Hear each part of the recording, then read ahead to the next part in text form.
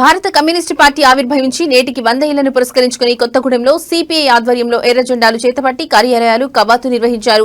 కార్యకర్తలు ఎర్ర చొక్కాలు ధరించి ఎర్ర జెండాలు చేపట్టి నిర్వహించిన ర్యాలీ పట్టణంలో ఆకర్షణగా నిలిచింది. ర్యాలీ అనంతరం సిపిఐ జిల్లా కార్యదర్శి సాబిర్ బాషా మాట్లాడుతూ స్వాతంత్ర్య ఉద్యమ సమయంలో ఆవిర్భవించిన సిపిఐ దేశ సమగ్రత, సమైక్యత లక్ష్యంగా ముందుకు సాగిందన్నారు. జనవరి 18వ తేదీన ఖమ్మంలో సిపిఐ పార్టీ 100 ఏళ్ల ఆవిర్భావ ముగింపు ఉత్సవాలను ఘనంగా నిర్వహిస్తున్నామన్నారు. ప్రజా సమస్య కోసం 100 ఏళ్లుగా నిరంతరం పోరాడుతూ ప్రజా సమస్యల పరిష్కారంలో సిపిఐ అగ్రభాగాన నిలిచిందన్నారు.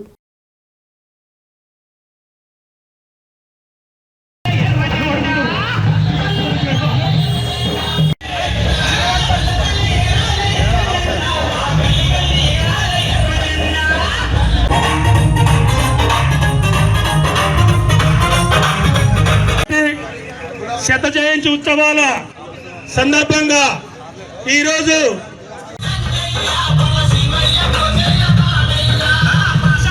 పూర్వక విప్లవ ధన్యవాదాలు తెలియపరుస్తాం. మన జిల్లా పార్టీ కార్యవర్గం, కౌన్సిల్ యావత్తు నాయకత్వం 30-40 మంది నాయకులు ఇక్కడ అందరూ ఉన్నాం.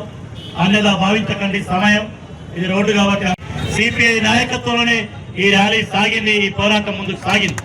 ఇవాళ మనందరి యొక్క ప్రతిన ఒకటే, ఇది షాంపిల్ ర్యాలీ.